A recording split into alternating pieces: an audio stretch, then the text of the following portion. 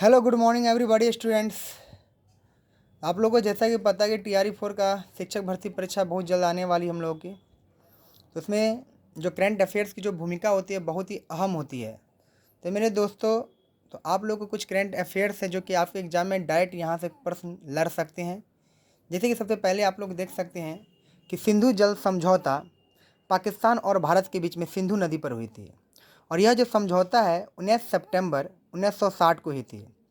उस समय तत्कालीन प्रधानमंत्री जवाहरलाल नेहरू और पाकिस्तान के राष्ट्रपति आयूब खान के बीच हस्ताक्षर हुए थे।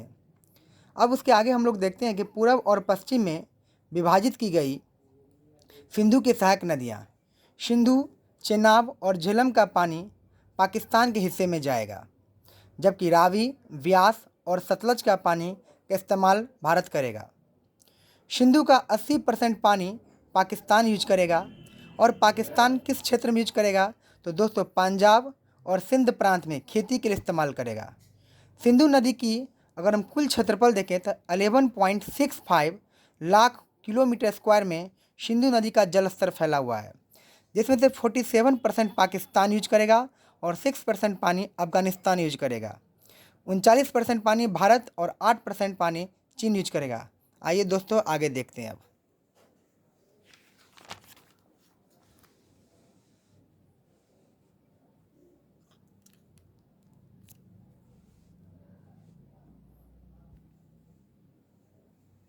आगे मेरे दोस्तों देखिएगा कि पहलगाम में आतंकी हमला हुआ था जिसमें 26 पर्यटक की जान गई थी। आगे है मेटियोर, हवा से हवा में मार करने वाली मिसाइल है। स्कैल्प, हवा से ज़मीन पर मार करने वाली मिसाइल है। पाकिस्तान के साथ 1960 का सिंधु का जल समझौता निलंबित हुआ था। अब कुछ इंपॉर्टेंट तथ्य है एग्जाम के लिए। जिस प्रकार से सिंधु समझौता जो निलंबित हुआ उसमें अटारी सीमा बंद करने का फैसला किया गया था। पाकिस्तानी नागरिकों के लिए सार्क वीज़ा प्रतिबंध हुआ। राजनयिक निष्कासन हो गया। राजनयिकों की संख्या 55 से घटाकर 30 कर दी गई। आगे सिंधु जल समझौता, तो पीछे पढ़े हम लोग कि भारत और पाकिस्तान 9 वर्षों के बाद जीत के बाद सितंबर 1960 में IWT पर हस्ताक्षर किए। सिंधु नदी और उसकी 5 सहायक नदियाँ सतलज, ब्यास, रावी, झेलम, चिनाब है। रावी, व्यास और सतलज का पानी भारत यूज करेगा। सिंधु, चिनाब और झेलम का पानी का 80% हिस्सा पाकिस्तान यूज करेगा। आगे मेरे प्यारे दोस्तों,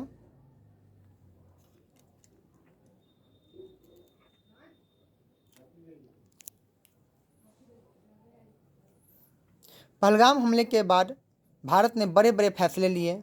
सिंधु जल समझौता पर रोक लगाई गई। भारत और पाकिस्तान उच्चायोग बंद, 1 हफ्ते में खाली करना होगा उच्चायोग। अटारी बाघा बॉर्डर बंद किया गया है। पाकिस्तानी नागरिकों के वीज़ा नहीं मिलेगा। अब आगे कुछ इंपॉर्टेंट तथ्य देखते हैं जो कि सिंधु नदी से जुड़ा हुआ था। हम सारा तथ्य पढ़ लिए हैं जो हमारे एग्जाम में इंपॉर्टेंस थे। अब आगे देखिए, ब्रिटेन के प्रधानमंत्री कियर स्टारमर, नीदरलैंड के प्रधानमंत्री डिक स्टूफ, श्रीलंका के राष्ट्रपति अनुराग कुमार दिसानायके, फ्रांस के राष्ट्रपति इमैनुअल मैक्रो, इजराइल के प्रधानमंत्री बेंजामिन नेतन्याहू, मिस्र के राष्ट्रपति अब्देल फतह अल सीसी, जॉर्डन के राजा अब्दुल्ला द्वितीय, इटली के प्रधानमंत्री जॉर्जिया मेलोनी और जापानी प्रधानमंत्री शिगेरू इशिबा, जम्मू कश्मीर के मुख्यमंत्री उमर अब्दुल्ला। ये इंपॉर्टेंट तथ्य जो कि आपको एग्जाम से रिलेटेड पूछ सकते हैं। फिर से देखिए, ब्रिटेन के प्रधानमंत्री कियर स्टारमर, नीदरलैंड के प्रधानमंत्री डिक सूफ, श्रीलंका के राष्ट्रपति अनुराग कुमार दिसानायके, फ्रांस के राष्ट्रपति इमैनुअल मैक्रो, इजराइल के प्रधानमंत्री बेंजामिन नेतन्याहू, मिस्र के राष्ट्रपति अब्देल फतह अल सीसी, जॉर्डन के राजा अब्दुल्ला द्वितीय, इटली के प्रधानमंत्री जॉर्जिया मेलोनी और जापान के प्रधानमंत्री Shigeru Ishiba. Next, Jammu Kashmir के मुख्यमंत्री उमर अब्दुल्ला। पाकिस्तान से कुछ रिलेटेड फैक्ट्स हम लोग के। पहलगाम हमला, भारत की कार्रवाई के जवाब में पाकिस्तान ने उठाए ये कदम। शिमला समझौता के समेत भारत के साथ सभी व्यापार निलंबित। शिमला समझौता समेत भारत के साथ सभी व्यापार निलंबित। शिमला समझौता हुआ कब था तो 2 जुलाई 1972 को। शिमला समझौता 2 जुलाई 72 को। आइए दोस्तों आगे देखते हैं अब।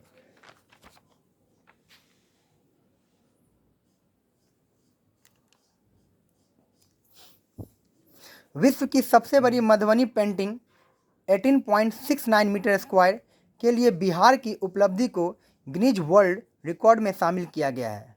प्रसिद्ध मिथिला चित्रकला की कलाकार बउआ देवी के निर्देशन में 50 विद्यार्थियों कलाकारों ने पिछले दिनों में इसे तैयार किया था। आगे देखिए, सिंधु नदी विश्व की सबसे बड़ी नदियों में से एक है। NCERT drops all portion on Mughals Delhi Sultanate from the class 7 books at Mahakumbh. NCERT book जो है वो मेरे दोस्तों मुग़ल एम्पायर और दिल्ली सल्तनत को हटाकर वहाँ पर महाकुंभ की चर्चा की है बुक में, क्लास 7 में। NCERT removes Mughals and Delhi सल्तनत only from the class 7 introduce Mahakumbh, Beti Bachao Beti Padhao और मेक इन इंडिया, ये सभी फैक्ट्स नए किताब में जोड़े गए हैं। मार्क कार्नी कनाडा के नए प्रधानमंत्री बने। मार्क कार्नी कनाडा के नए प्रधानमंत्री बने। मार्क कार्नी कनाडा के नए प्रधानमंत्री बने। कनाडा में हुए आम चुनाव में लिबरल पार्टी के मार्क कार्नी प्रधानमंत्री चुने गए हैं। कनाडा में हुए आम चुनाव में लिबरल पार्टी के मार्क कार्नी प्रधानमंत्री चुने गए हैं। आइए मेरे दोस्तों आगे देखते हैं।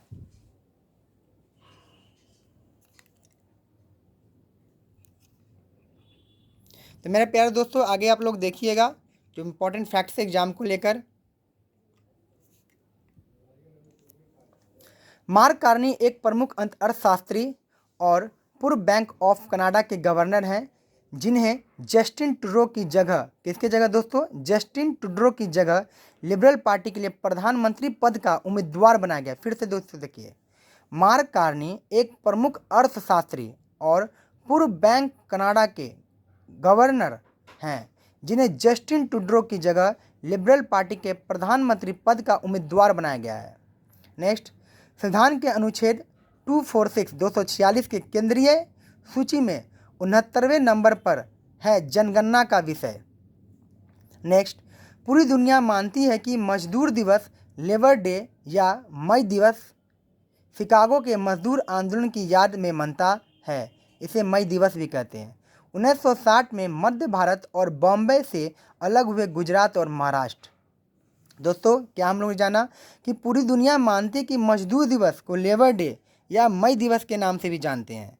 शिकागो के मजदूर आंदोलन की याद में मनता है। मजदूर दिवस क्यों मनता है? शिकागो के मजदूर आंदोलन की याद में मनता है, जो कि मई दिवस के नाम से जानी जाती है। 1960 में मध्य भारत और बम्बई से अलग हुए गुजरात और महाराष्ट्र। कब अलग हुए थे दोस्तों? 1960 में।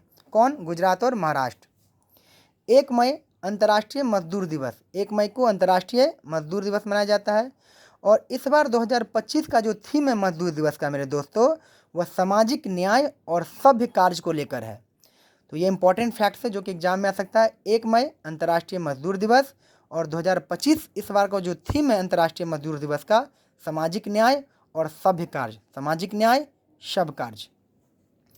नेक्स्ट, अंगोला के राष्ट्रपति जुआओ सुंजालिफ्स लॉरेंसो बने हैं। अंगोला के राष्ट्रपति जुआओ सुंजालिफ्स लॉरेंसो, याद रहेगा दोस्तों, अंगोला के राष्ट्रपति जुआओ सुंजालिफ्स लॉरेंसो।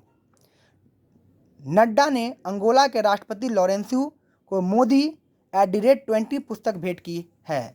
वित्त आयोग अरविंद पनगडिया, विदेश मंत्री एस जयशंकर और राज्यसभा सांसद सुधा मूर्ति की लिखी मोदी @20 ड्रीम्स मीट डिलीवरी नामक पुस्तक भेंट की है। कौन सा दोस्त? ड्रीम्स मीट डिलीवरी नामक पुस्तक भेंट की गई है।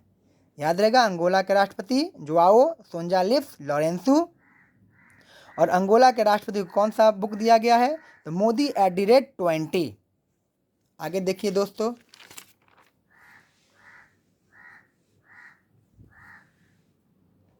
तो मेरे दोस्तों आगे है अंगोला के राष्ट्रपति जुआओ गोंजालेस लॉरेंसो। भारत ने सिंधु के बाद अब बगलिहार बांध से रोका चिनाब का पानी। तो क्वेश्चन पूछ सकता है दोस्तों कि भारत ने सिंधु नदी के बाद कौन से नदी बांध को रोका था? तो बगलिहार बांध को रोक दिया था। बगलिहार बांध के बारे में जानकारी लीजिए। यह भी चिन्नाब नदी पर रामबन जिले में स्थित है और इसे बगलिहार जल विद्युत परियोजना के रूप में भी जाना जाता है। नेक्स्ट है सलाल बांध। यह चिन्नाब नदी पर रियासी जिले में स्थित है और एक रन ऑफ द रिवर जल विद्युत परियोजना है। पाकल दुल बांध, यह किश्तवाड़ जिले में स्थित है। यह कौन से जिले में स्थित है? पाकल दुल बांध, यह किश्तवाड़ जिले में स्थित है। जापान को, नेक्स्ट यहाँ तक हुआ। अब मेरे दोस्तों आगे देखते हैं हम लोग नेक्स्ट इंपॉर्टेंट तथ्य। जापान को पछाड़कर भारत बनी दुनिया की चौथी बड़ी अर्थव्यवस्था। ये सबसे बड़ी इंपॉर्टेंट क्वेश्चन एग्जाम के लिए। जापान को पछाड़कर भारत बनी दुनिया की चौथी बड़ी अर्थव्यवस्था। भारत ने इकोनॉमी में जापान को पीछे छोड़ दिया है। अब भारत से आगे कौन कौन है? अमेरिका है, चीन है और जर्मनी है। कौन कौन है? अमेरिका, चीन और जर्मनी। तो आज के लिए मेरे दोस्तों इतना ही। फिर नेक्स्ट वीडियो में हम लोग आपके साथ फिर से करंट अफेयर्स का जुड़ेंगे। धन्यवाद प्यारे दोस्तों, ज़्यादा से ज़्यादा लाइक करिए और शेयर करिए। धन्यवाद।